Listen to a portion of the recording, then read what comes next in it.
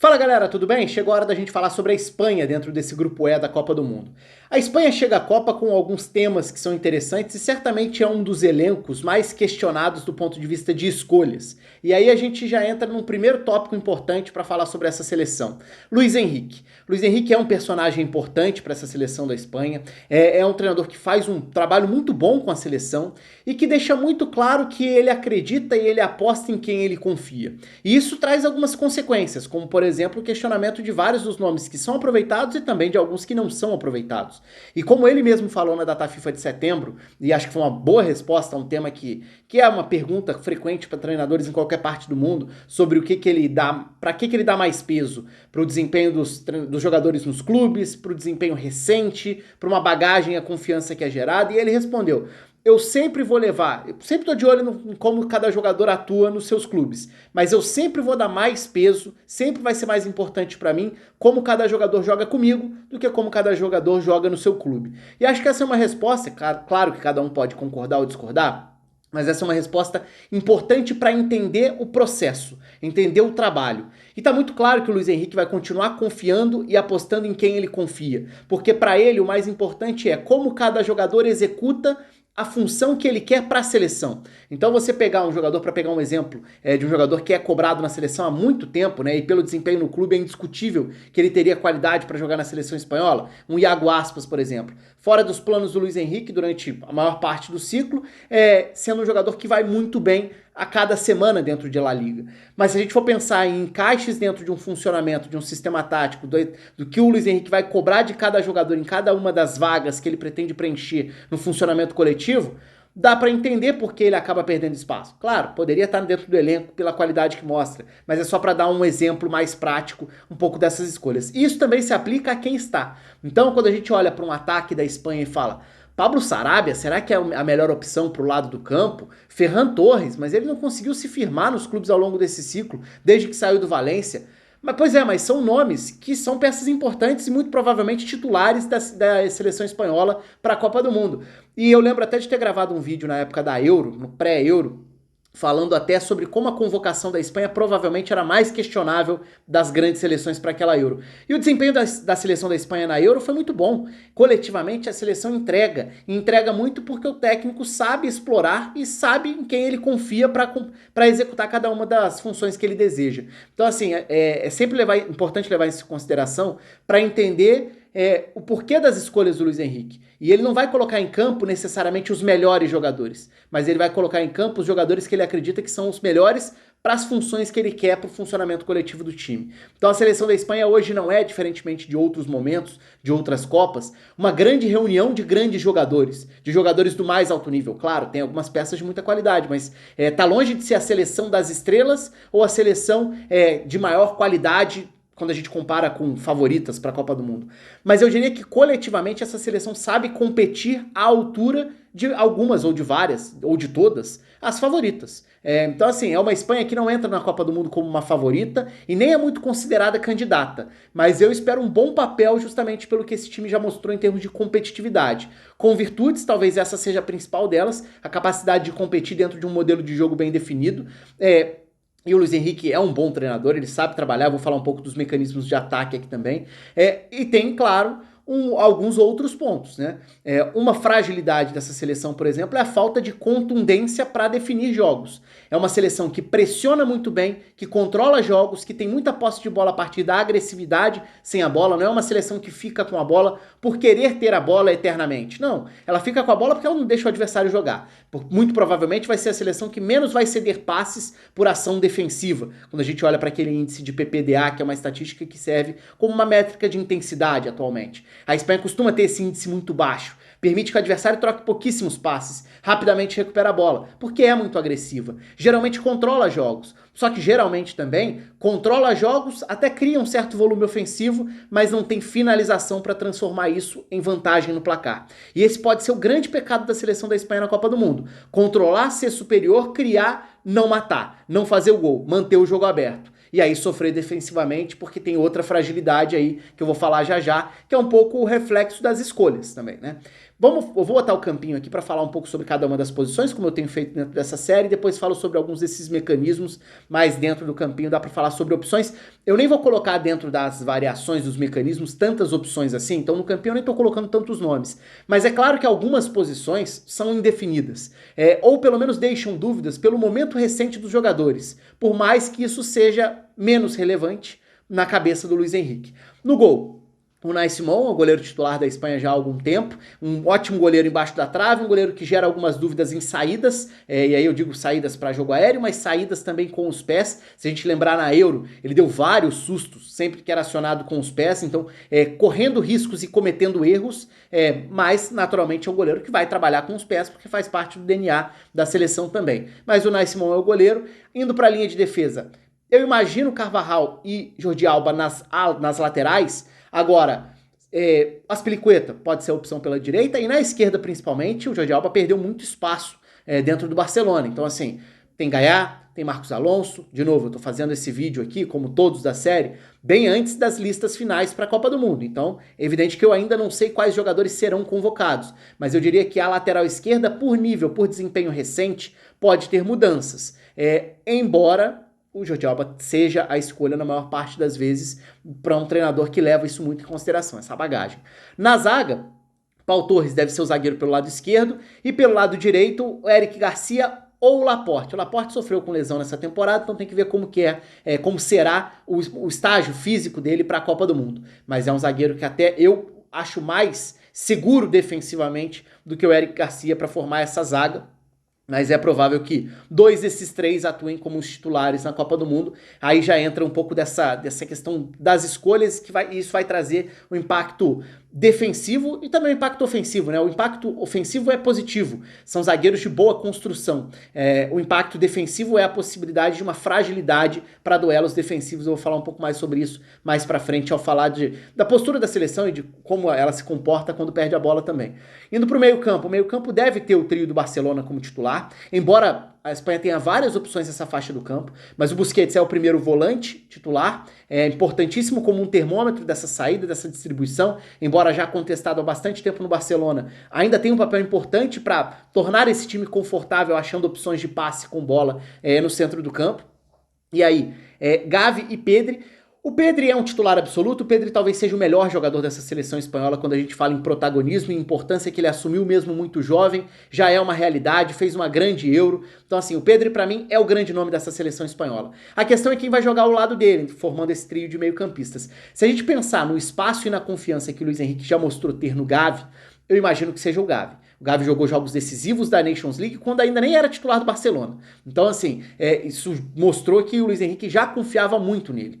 E com o desenvolvimento dele no Barcelona também, agora com mais bagagem, com mais experiência, é natural que ele continue sendo a primeira escolha do Luiz Henrique. Mas vamos lembrar que para essa faixa do campo, a Espanha tem vários nomes. Tem o Koke, que também tá correndo aí contra o tempo em relação a se recuperar para estar bem fisicamente para a Copa do Mundo. Mas tem Thiago Alcântara, outra opção que pode mudar completamente o funcionamento desse meio-campo e deixar o time muito confortável com um jogador diferente na distribuição, na organização das jogadas. Marcos Llorente, que é a opção para o centro do campo, é a opção para a lateral direita, é um jogador que acrescenta muito fisicamente na capacidade de pressionar, retomar e de chegadas, de arrancadas com mais força, até para atacar o campo de ataque, para fazer infiltrações.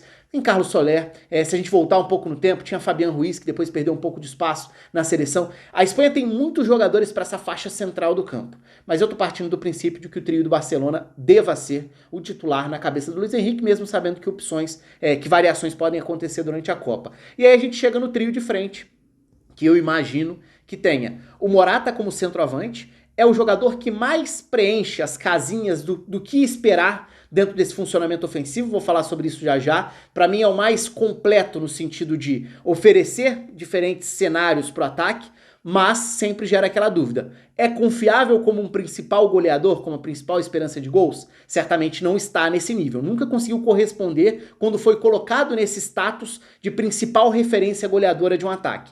Esse é o grande problema do Morata ao longo da carreira. E esbarra muito no aspecto psicológico até, né? O Morata quase sempre que foi usado como uma alternativa que podia vir do banco, que não tinha essa responsabilidade de ser o artilheiro do time, ele quase sempre rendeu bem. Mas sendo esse 9, o cara caro, o cara que foi contratado para resolver problema de gols, o cara que é o titular absoluto, absoluto da seleção, aí já gera um pouco mais de dúvida e casa um pouco com aquilo que eu falei. A dificuldade, a pouca contundência da Espanha para definir, eu diria, o jogo nas duas áreas, tanto para defender com os zagueiros, quanto para atacar, pensando num centroavante. E pelos lados, Ferran Torres e Pablo Sarabia, jogadores que são muito questionados em relação à titularidade, mas que entregam com a seleção o que o Luiz Henrique quer. E aí tem várias outras opções, tá? Se a gente for falar de lado de campo, tem Jeremy Pino para um lado, tem Nico Williams ganhando espaço para o outro, pode ser uma novidade pensando em Copa do Mundo. Tem jogadores que vão tentar se recuperar a tempo da Copa do Mundo, o Oyarzabal numa situação mais complicada, tem Asensio que pode jogar por fora ou por dentro, tem Dani Olmo que pode jogar por fora ou por dentro. São diversos os nomes aí, mas eu diria que todos eles inicialmente partindo atrás dentro dessa disputa do trio de frente. E aí vamos um pouco para esse funcionamento. Como que a Espanha funciona com a bola? Naturalmente é uma seleção que fica muito com a bola. E como eu falei antes, fica muito com a bola porque agride muito sem ela. Pressiona, recupera rapidamente e constrói desde trás a saída curta desde o goleiro, passando pelos zagueiros que tem um peso importante. Mas o interessante assim, o que o Luiz Henrique tem usado desde que reassumiu a seleção é uma linha de 4 que tem os laterais muito baixos, ou seja, jogam recuados. Não são laterais que iniciam a saída de bola espetados ou que se apresentam mais à frente. Não, eles jogam muito alinhados aos zagueiros mesmo. Então a Espanha sai jogando com uma linha com 4 que tem o Busquets à frente dessa linha, e aí vai ter, na maior parte das vezes, os pontas bem abertos. E esse é um aspecto importante até para observar. Pontas com pé natural ou pé trocado? O que eu quero dizer? Sarabia, canhoto, na esquerda ou na direita? Ferran Torres, destro, na direita ou na esquerda? Muitas vezes eles vão jogar com o pé natural, ou seja, tendo a tendência de abrir ainda mais o campo, com Sarabia na esquerda, Ferran Torres na direita. Isso acho que vai passar muito por quem vai ser o 9 também, essa escolha de possíveis inversões de lado no ataque da Espanha. Mas Ferran Torres na direita, Sarabia bem aberto na esquerda. E aí a importância dos meio-campistas, porque os pontas tendem a abrir, eles vão tentar abrir muito a linha de defesa adversária. Vamos pensar numa linha com 4. Você tem Sarabia e Ferran Torres muito espetados, muito abertos, tentando receber a bola para arrancarem, para criarem jogadas, levando para o fundo, trazendo para dentro. São dois jogadores que sabem alternar isso. Agora, isso vai tentar espaçar a linha de defesa adversária, gerar espaço entre lateral e zagueiro. E aí entra o papel importante dos meio-campistas, que são armadores, são opções de passe por dentro para um Busquets, para os zagueiros, mas são também jogadores de infiltração. Então, se os pontas estão bem abertos, os meio-campistas vão infiltrar nesse espaço entre ponta e centroavante. Por exemplo, Pedri. O Pedri é um armador, é um jogador que vai buscar muito espaço às costas dos volantes adversários, mas é um jogador que vai ter a leitura também de atacar o espaço entre Sarabia e Morata, de virar esse segundo atacante, digamos, fazendo infiltrações por dentro. Da mesma forma o Gavi do outro lado. Isso partindo muito dessa linha mais fixa mesmo de saída de bola da Espanha com os 4 jogadores. Um outro aspecto importante é a capacidade de passe dos zagueiros, o que explica muito essa escolha, né?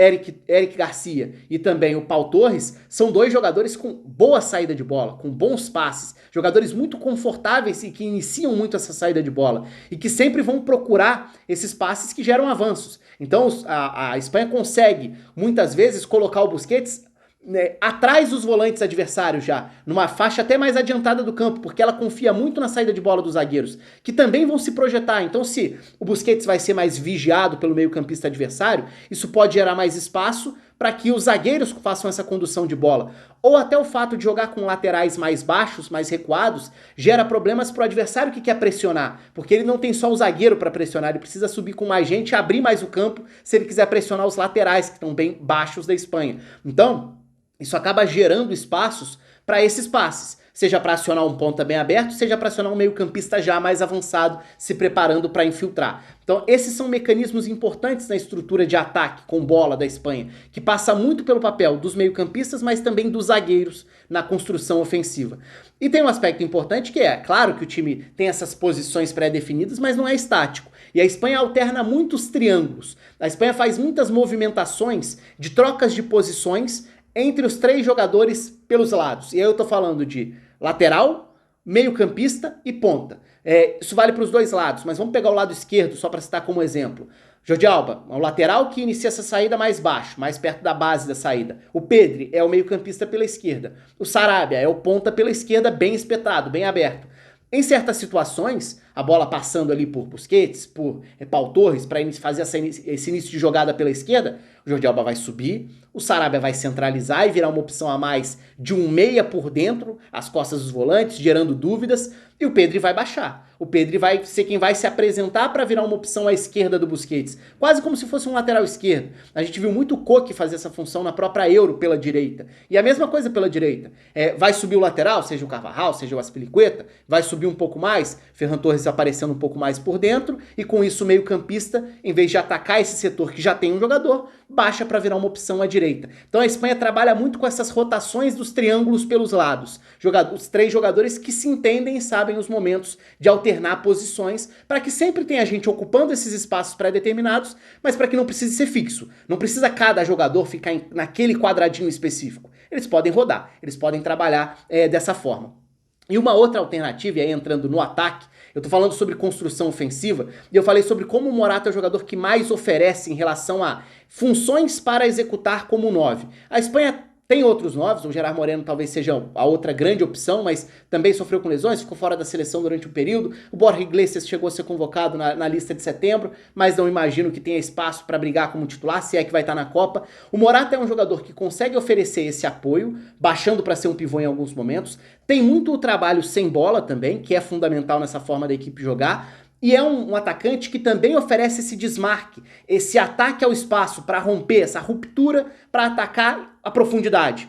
Claro que sempre existe a piada do número de impedimentos dele, né? O Morata é um jogador que faz muito gol impedido, tem muito gol anulado, mas muito também porque joga o tempo inteiro no limite dessa questão de romper a linha defensiva adversária. Isso é importante para a Espanha ter profundidade, para a Espanha conseguir atacar as costas da defesa adversária, ter uma opção de passe de alguém que gera esses movimentos de diagonais. Então o Morata oferece, em termos de movimentação, provavelmente é quem melhor oferece opção para ser 9 do Luiz Henrique. A questão é, de frente para o gol, tendo que pensar em como vai finalizar, muitas vezes trava, muitas vezes não finaliza da melhor maneira e isso pesa contra ele, evidentemente, na hora da gente falar sobre não ser um goleador confiável.